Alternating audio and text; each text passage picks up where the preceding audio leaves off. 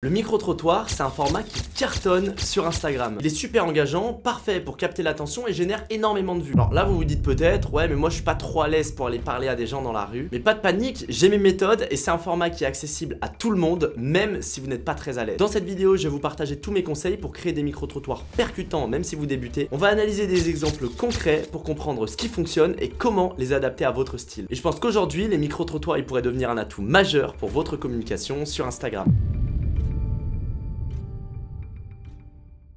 On pourrait se poser la question, un micro-trottoir, c'est quoi? Un micro-trottoir, ça ressemble à ça ou encore ça. Mais plus généralement, un micro-trottoir, c'est une technique journalistique ou un format de reportage qui consiste à interroger les passants dans la rue pour recueillir leurs avis, leurs réactions, leurs témoignages sur un sujet donné. Le terme micro-trottoir, il vient de l'idée de combiner un micro et le fait de se retrouver sur un trottoir à proximité des gens dans des lieux publics. Ce qui est génial avec les micro-trottoirs, c'est qu'on peut les faire peu importe la thématique. Par exemple, nous, on avait fait un micro-trottoir quand l'État avait décidé d'abaisser le seuil de TVA à 25 000 € parce qu'on savait que ça allait faire parler. Qu'est-ce que vous en pensez? Est-ce que vous pensez que ça va tuer le statut de micro-entrepreneur? Oui, je pense que ça va bien les abîmer. Il y a même des personnes qui ont explosé sur les réseaux uniquement en postant des micro-trottoirs comme Yann par exemple. Moi je te mets au défi contre une autre personne rependant plein d'essence, la personne qui sera le plus proche de 20 €, je lui paye son plein d'essence. Qui arrive tout de suite là. Et ça peut même être sur toutes les thématiques. C'est sensuel, c'est la bouche quoi. Et toi? Les fesses. Je spot. Alors dites-moi, est-ce que pour 50 € tu peux le faire une bise sur la bouche? Bien. Ouais. J'ai 3 frères. Et chacun de ces trois frères, ils ont aussi 3 frères. On est combien? Petit conseil mode pour cette année 2024 plutôt. Les micro-trottoirs, pourquoi est-ce que ça fonctionne aussi bien sur les réseaux sociaux? La première, c'est l'interaction humaine. Ce format, il met en avant des personnes réelles et plus ou moins variées, ce qui le rend plutôt accessible et super engageant. La seconde raison pour laquelle ça marche, c'est la spontanéité. Il y a un côté vrai dans toutes les personnes qui répondent et donc ça le rend assez humain. Et la troisième chose qui est géniale, c'est la rapidité de production. En une demi-journée, on peut aller faire une trentaine, quarantaine de micro-trottoirs et ça peut nous faire des mois et des mois de contenu.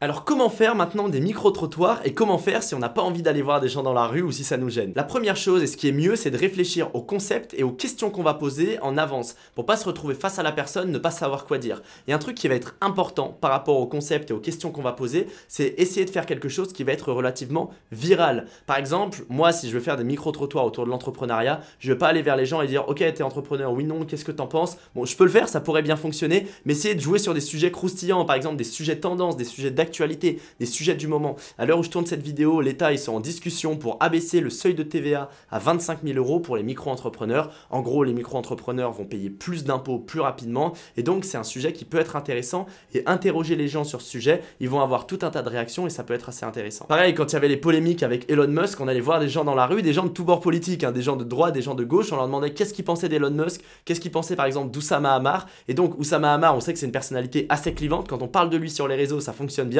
Donc on jouait aussi sur ça pour faire du contenu qui fonctionne bien. Il y a même une marque de boisson qui s'est développée uniquement avec les micro-trottoirs, notamment sur les réseaux sociaux. Ils vont voir des gens dans la rue, ils leur demandent bah, goûte-moi boisson et dis-moi ce que t'en penses. Les gens ils disent ah ouais j'aime bien ou j'aime pas, même pour certains. On me donne une boisson à goûter. Qu'est-ce que c'est? Dose, une eau vitaminée française. On est une jeune marque française et on fait goûter nos boissons à des gens dans la rue. Est-ce que vous seriez chaud de la goûter? Excuse-moi, le vin, tu te souviens de nous ou pas?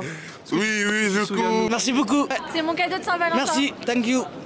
Et en fait, ça leur a permis d'obtenir énormément de visibilité avec un constat très simple et avec un budget marketing réduit. Imaginons que vous êtes un artiste peintre, on pourrait imaginer, vous prenez vos œuvres, vous allez voir vos gens dans la rue et vous leur dites ok, qu'est-ce que t'en penses de mon œuvre? Et en fait, peu importe le retour des gens, avoir le retour vrai, c'est quelque chose et un format qui pourrait cartonner. Honnêtement, c'est un truc qui est génial parce que ça nous force à aller parler à des gens dans la rue, donc ça nous force à être aussi plus à l'aise en société. La meilleure accroche pour aller parler aux gens dans la rue, vous en avez deux. Soit vous y allez et vous leur posez la question directement en les filmant. Après, s'ils sont pas d'accord, ils vont juste partir. Mais du coup, ça permet à la personne de pas trop lui laisser le choix. Bon, c'est pas l'approche que je fais. Personnellement, ce que je dis, c'est ouais, je fais un petit reportage sur l'entrepreneuriat, on pose quelques questions aux Lyonnais. Du coup, je suis sur Lyon. Est-ce que ça t'intéresserait de participer? Et vous avez à peu près un tiers des gens qui répondent favorablement. Donc, il y a quand même pas mal de monde qui répondent favorablement. Et après, le but, c'est d'aller parler à un maximum de personnes. Donc, en 2 heures, vous pouvez facilement en tourner 10-20 et ça vous permet d'avoir pas mal de contenu. Maintenant, si vous n'êtes pas très à l'aise à parler à des gens dans la rue, ce que vous pouvez faire, c'est un genre de faux micro-trottoir. En fait, vous prenez quelqu'un que vous connaissez et derrière, vous allez lui poser des questions. Vous allez vous mettre dans un endroit et vous allez lui poser des questions comme un vrai micro-trottoir. Par exemple, sur ce contenu, l'erreur la plus commune en entrepreneuriat, c'est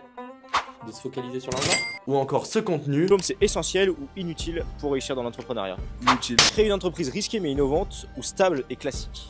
Risquée mais innovante. Bah, c'est des personnes qu'on connaissait, c'est soit des anciens clients, soit des personnes, des amis ou des personnes avec qui on travaille. Donc on le fait en format micro-trottoir, ça fonctionne très bien. Et pourtant on n'est pas allé démarcher des gens dans la rue, donc ça peut être un bon moyen aussi de faire du micro-trottoir. Maintenant, une fois que vous avez votre micro-trottoir, ce qui est génial, c'est que c'est assez simple en termes de montage. Vous pouvez faire 2-3 petits montages. Sinon, ce que vous pouvez faire, si vous ne maîtrisez pas trop le montage, c'est que vous prenez votre micro-trottoir, vous allez sur CapCut, vous mettez simplement des sous-titres automatiques. Je vous conseille de mettre des sous-titres, une petite musique de fond, soit sur CapCut, soit sur Instagram. Et comme ça vous permet d'avoir quelque chose qui est plutôt bien optimisé. Et en vraiment une demi-journée, vous pouvez faire un mois de contenu. Bon, j'espère que cette vidéo, elle vous a plu et j'espère qu'elle vous a permis d'y voir plus clair. Honnêtement, c'est un format de contenu qui est trop sous-estimé parce que la plupart des gens, ils osent pas aller voir d'autres personnes. Pourtant, c'est un format de contenu qui est pas très compliqué à faire et qui fonctionne extrêmement bien. Nous, on a développé notre propre outil et notre propre logiciel pour vous aider, notamment à vous développer sur Instagram. Et si ce logiciel peut aussi vous aider à faire des micro-trottoirs, c'est-à-dire qu'il peut vous aider à trouver les questions